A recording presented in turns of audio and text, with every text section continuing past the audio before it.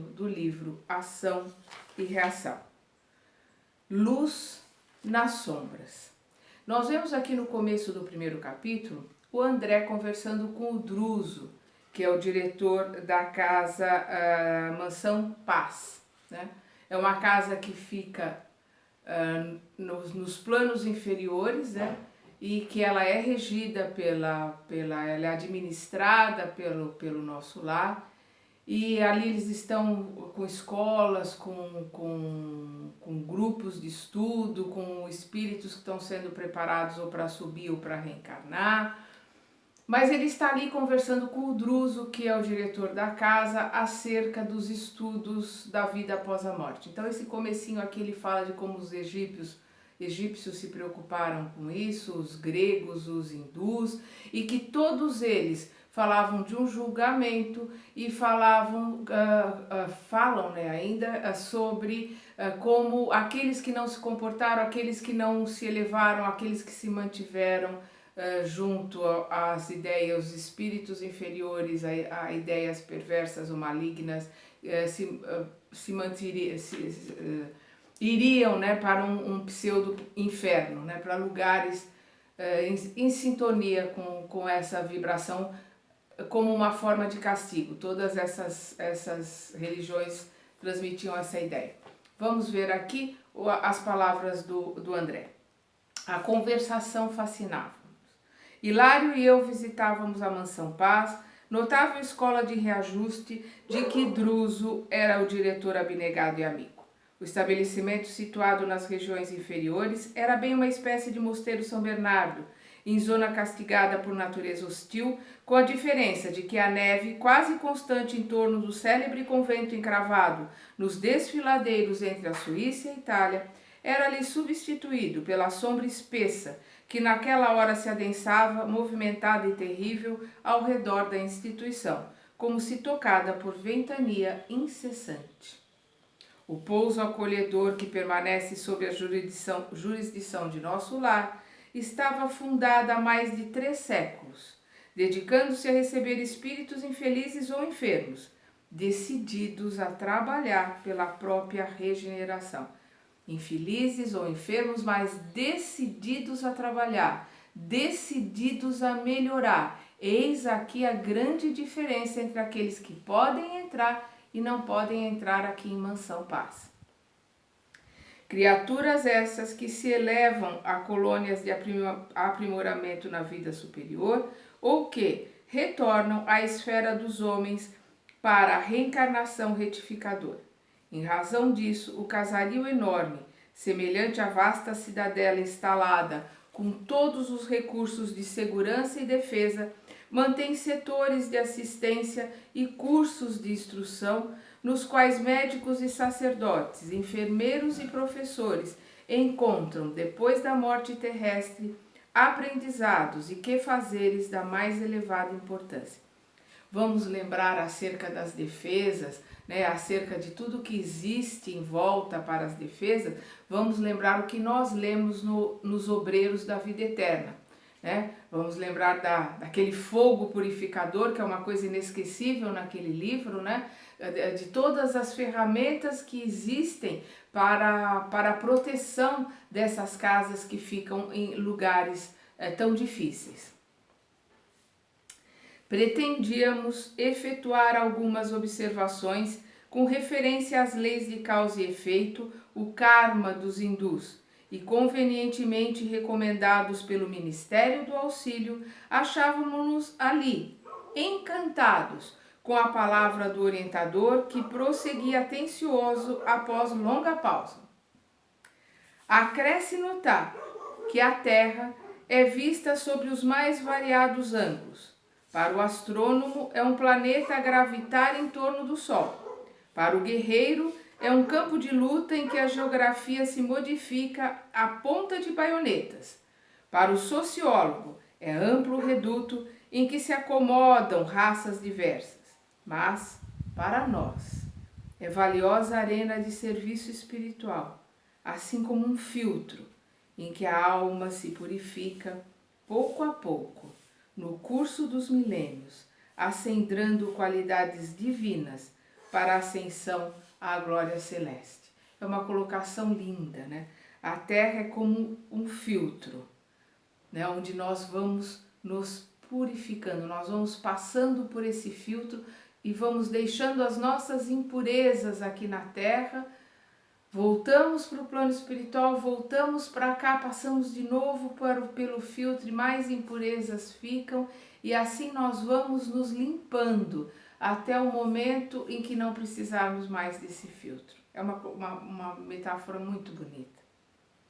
Por isso, há que sustentar a luz do amor e do conhecimento no seio das trevas, como é necessário manter o remédio no foco da enfermidade. Enquanto nos entendíamos, reparávamos lá fora, através do material transparente de larga janela, a convulsão da natureza. Ventania ululante, carreando consigo uma substância escura, semelhante à lama aeriforme, remoinhava com violência, em torvelinho estranho, à maneira de treva encaixoeirada. E do corpo monstruoso do turbilhão terrível, rostos humanos surdiam em engares de horror, vociferando maldições e gemidos. Uma visão medonha. Apareciam de relance, jungidos uns aos outros, como vastas correntes de criaturas agarradas entre si, em hora de perigo, na ânsia instintiva de dominar e sobreviver. Druso, tanto quanto nós, contemplou o triste quadro com visível piedade a marcar-lhe o semblante. Fixou-nos em silêncio, como a chamar-nos para a reflexão. Parecia dizer-nos quanto lhe doía o trabalho naquela paragem de sofrimento, quando Hilário interrogou: por que não descerrar as portas aos que gritam lá fora? Não é este um posto de salvação? Sim, respondeu o instrutor sensibilizado, mas a salvação só é realmente importante para aqueles que desejam salvar-se. Vamos lembrar, é necessário querer se melhorar. É necessário ter a vontade de sublimar as nossas, digamos assim, animalidades, para que possamos ter vontade de crescer e de melhorar.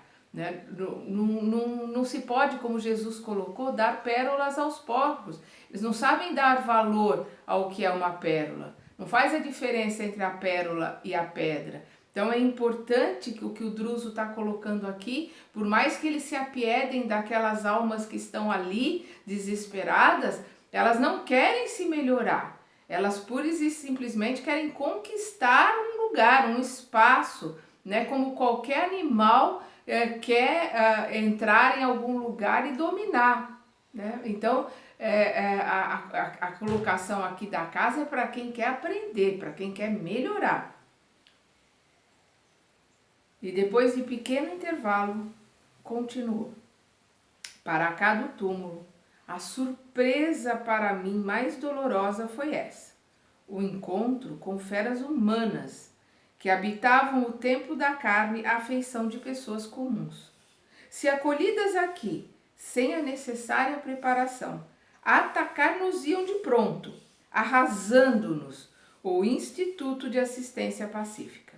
E não podemos esquecer que a ordem é a base da caridade.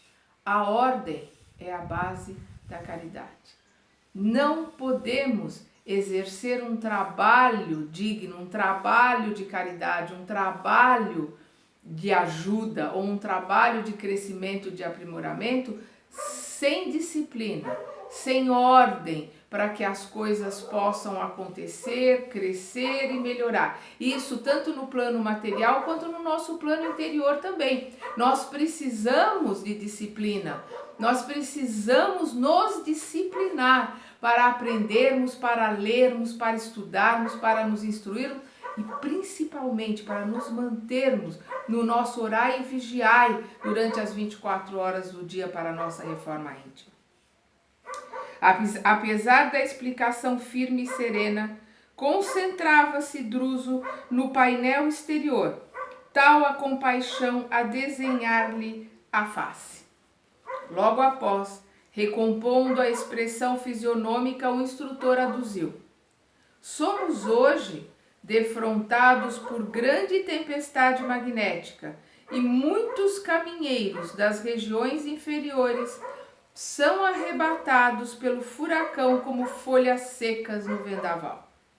E guardam consciência disso? Indagou Hilário perplexo. Raro deles. As criaturas que se mantêm assim desabrigadas, depois do túmulo, são aquelas que não se acomodam com o refúgio moral de qualquer princípio nobre. Trazem o íntimo turbilhonado e tenebroso, qual a própria tormenta, em razão dos pensamentos desgovernados e cruéis de que se nutrem. Odeiam e aniquilam, mordem e ferem. Alojá-los de imediato nos santuários de socorro aqui estabelecidos será o mesmo que asilar tigres desarvorados entre fiéis que oram num templo. Mas conservam-se interminavelmente neste terrível desajuste? Insistiu meu companheiro agoniado. O orientador tentou sorrir e respondeu: isso não. Semelhante fase de inconsciência e desvario passa também como a tempestade, embora a crise por vezes persevere por muitos anos. Batida pelo temporal das provações que lhe impõe a dor de fora para dentro, refunde-se a alma pouco a pouco, tranquilizando-se para abraçar por fim as responsabilidades que criou para si mesma. Quer dizer então, disse por minha vez, que não basta a romagem de purgação do espírito depois da morte, nos lugares de treva e padecimento, para que os débitos da consciência sejam ressarcidos. Perfeitamente, aclarou o amigo, atalhando-me a consideração reticenciosa. O desespero vale por demência a que as almas se atiram nas explosões de incontinência e revolta. Não serve como pagamento nos tribunais divinos. Não é razoável que o devedor solucione com gritos e impropérios os compromissos que contraiu, mobilizando a própria vontade. Aliás, dos demandos de ordem mental a que nos entregamos desprevenidos, emergimos sempre mais infelizes, por mais endividados. Cessada a febre de loucura e rebelião, o espírito culpado volve ao remorso e à penitência.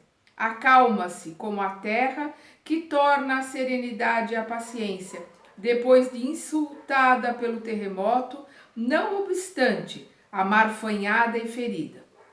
Então, com o solo que regressa ao serviço da plantação proveitosa, submete-se de novo à sementeira renovadora dos seus destinos.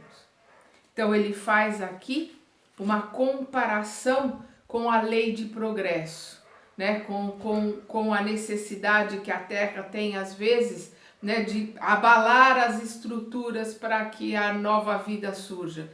A necessidade que algumas plantas têm do fogo para que as suas sementes brotem e as suas cinzas nutram o solo para que novas sementes floresçam melhores e com mais força. Isso faz parte da lei de progresso do nosso planeta. Aqui nada se perde, tudo se transforma. Então essa transformação existe para nós espírito também. Nós não somos uma carne com um espírito, nós somos espíritos que estamos por um breve espaço de tempo, passando um tempo numa escola, num hospital, que é também um presídio.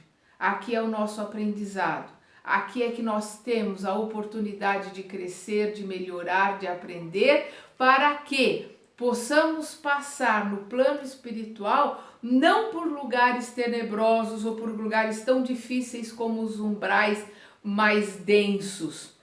Existem várias categorias de umbral, inclusive, como eu costumo falar, nosso lar seria lá em cima umbral 3, mas faz parte ainda do umbral, faz parte ainda dessa zona periférica aqui